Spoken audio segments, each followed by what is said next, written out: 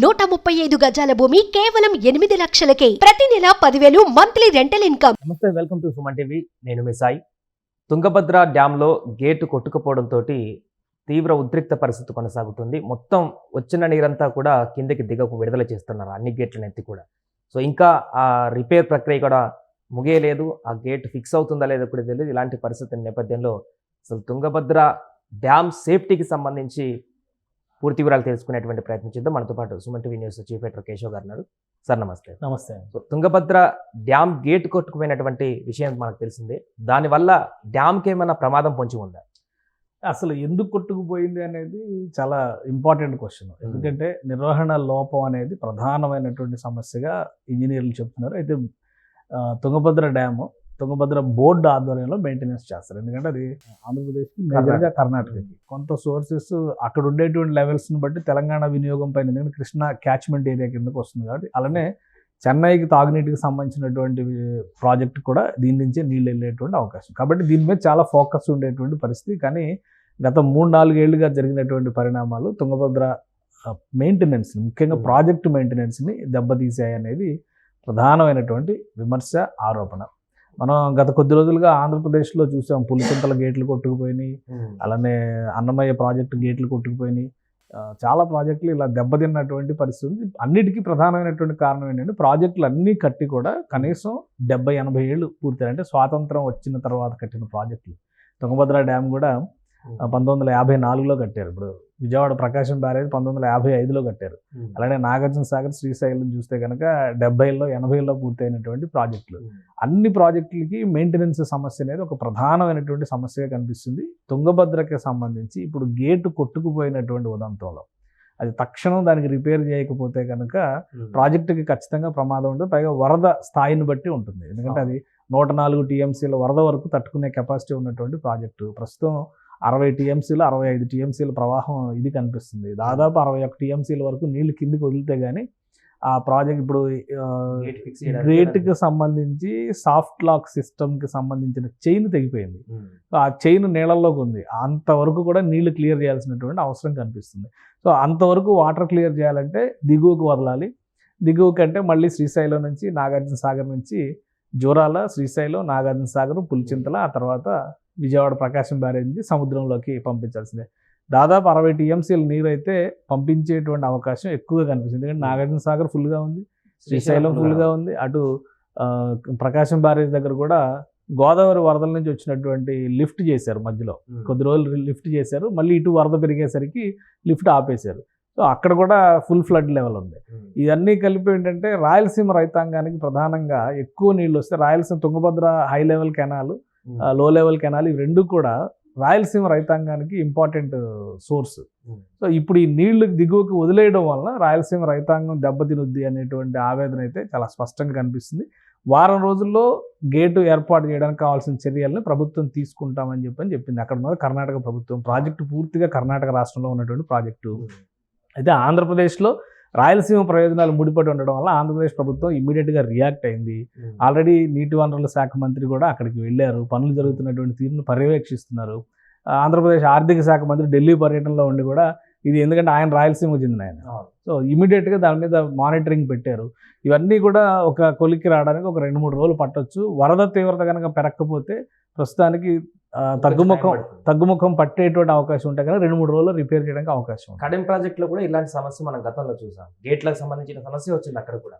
అయినా కూడా ఎందుకు ఇంకా ఇతర ప్రాజెక్టులకు సంబంధించిన అధికారులు అలర్ట్ కాలేకపోయారు? వాస్తవానికి రాష్ట్రంలో, ముఖ్యంగా ఉమ్మడి ఆంధ్రప్రదేశ్ రాష్ట్రంలో కడెం ప్రాజెక్టు కావచ్చు, ఎస్ఆర్ఎస్పి కావచ్చు, అలానే ఇటు శ్రీశైలం కావచ్చు, జోరాల డ్యాము, జోరాలకి మొత్తం 70 గేట్లకి సంబంధించి వాటన్నిటిని కూడా రిపేర్లు చేయాల్సినటువంటి అవసరం ఉంది అనేటువంటి నివేదిక ఇచ్చి కూడా 10 ఏళ్ళు దాటుతున్నట్టుంది.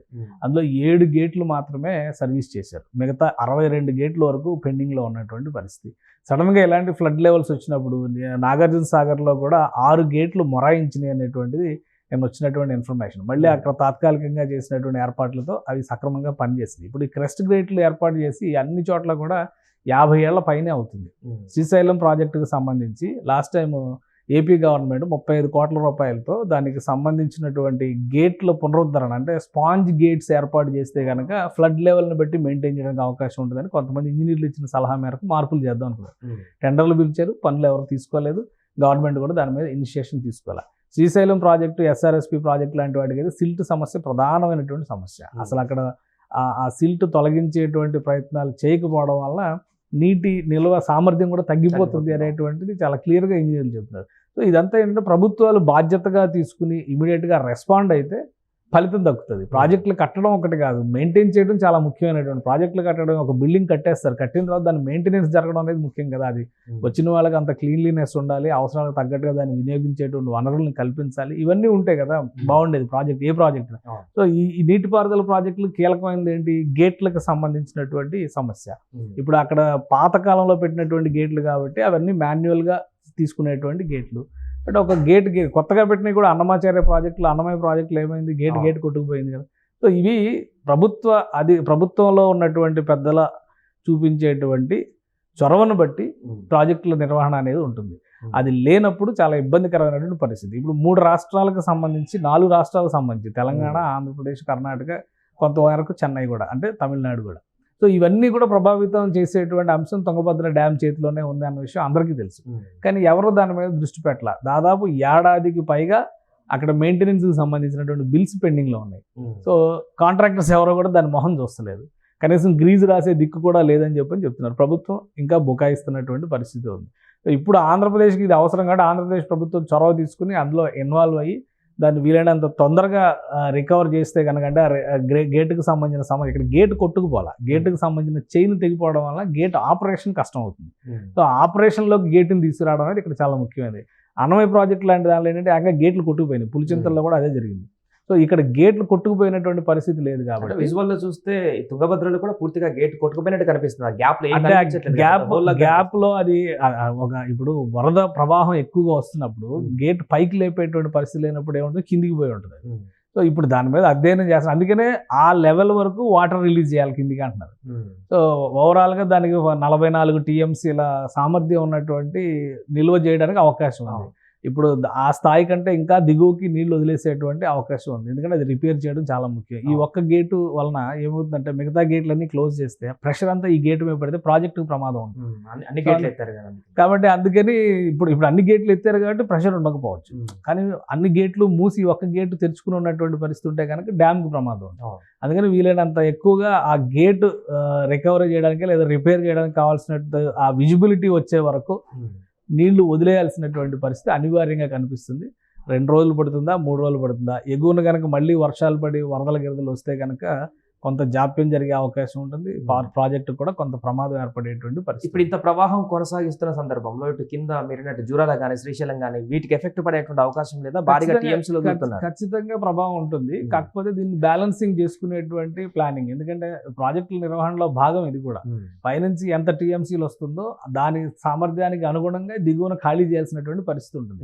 సో అప్పుడు అది ఒక ఈక్వల్ రేషియోలో వెళ్ళేటువంటి అవకాశం ఉంటుంది. లాస్ట్ టైం 2-3 సార్లు ప్రకాశం బ్యారేజ్ దగ్గర నీరు చివరి నిమిషం వరకు వదిలిపెట్టకపోవడం వల్ల ఫ్లడ్ లెవెల్స్ పెరిగి పులిచింతల దగ్గర, తర్వాత ఇక్కడ ఒకేసారి ప్రాజెక్టు మీదకి వెళ్తే కూడా ప్రకాశం బ్యారేజ్ కొట్టుకుపోవచ్చు. ఎందుకంటే అది చివరన ఉండేటువంటి ప్రాజెక్టు, సముద్రానికి చెరువులో ఉండేటువంటి ప్రాజెక్టు కాబట్టి. సో ఈ బ్యాలెన్స్ చేస్తున్నారు. ముందు ప్రకాశం బ్యారేజ్లో ఎంత నీటి తీరువ వదులుతున్నారో కిందికి, పైనుంచి ఎంత నీటి తీరువ వస్తుందో దానికి తగ్గట్టుగా ఇంజనీరింగ్ అధికారులు ఆ బ్యాలెన్స్ చేసుకుని దాన్ని ముందుకు నడిపేటువంటి ప్రయత్నం చేస్తున్నారు. ఎగువన కనుక ఇంకా భారీ ఎత్తున వరదలు కనుక వస్తాయి, ఎందుకంటే ప్రస్తుతానికి వర్షాలు తగ్గినాయి అనేటువంటి సమాచారం అయితే వస్తుంది. ఎగువన ఉన్నటువంటి పశ్చిమ కనుమల్లో ఆ ప్రాంతంలో ఎక్కువ వర్షం పడితే కనుక ఆ వర్షం మొత్తం మళ్ళీ ఆ వరద రూపంలో కృష్ణానదిలోకి రావాల్సిన పరిస్థితి ఉంటుంది. సో ఆ లెవెల్స్ కనుక పెరిగితే కొంత ప్రమాదం ఉండేటువంటి అవకాశం ఉంది. కానీ ఒకటేంటంటే ఇప్పుడు జూరాల ప్రాజెక్టులో కూడా గేట్ల మెయింటెనెన్స్ సమస్య ఉంది. ఎక్కువ స్థాయిలో వరద వచ్చినప్పుడు గేట్ల నిర్వహణ ఖచ్చితంగా ఇప్పుడు భారం అయ్యేటువంటి పరిస్థితి ఉంటుంది. దానికి తగ్గట్టుగా అధికారులు అప్రమత్తం అవ్వాల్సినటువంటి సంకేతాలు అయితే చాలా స్పష్టంగా కనిపిస్తున్నాయి. రైట్ సార్, అది ప్రస్తుతం తుంగభద్ర ప్రాజెక్టు వద్ద నెలకొన్నటువంటి పరిస్థితి. అక్కడ మరమ్మతులు చోటు చేసుకున్నటువంటి గేటుని ఇంకా పూర్తి స్థాయిలో రికవరీ చేయడానికి టైం పట్టేటువంటి అవకాశం. దీనివల్ల 60 TMCల నీరంతా కూడా వృధాగా పోయేటువంటి అవకాశం. దీంతో 17 లక్షల ఎకరాల ఆయకట్టుకు నీరును అందించేటువంటి ఈ యొక్క నీరంతా కూడా ఇప్పుడు వృధాగా సముద్రం పాలవుతున్నటువంటి పరిస్థితులు. రాయలసీమ రైతాంగం కూడా కొంత ఆందోళన వ్యక్తం చేస్తున్నారు. సుమన్ టీవీలో మీ పర్సనల్ అండ్ బిజినెస్ ప్రమోషన్స్ కోసం కింది నెంబర్కి కాంటాక్ట్ చేయండి.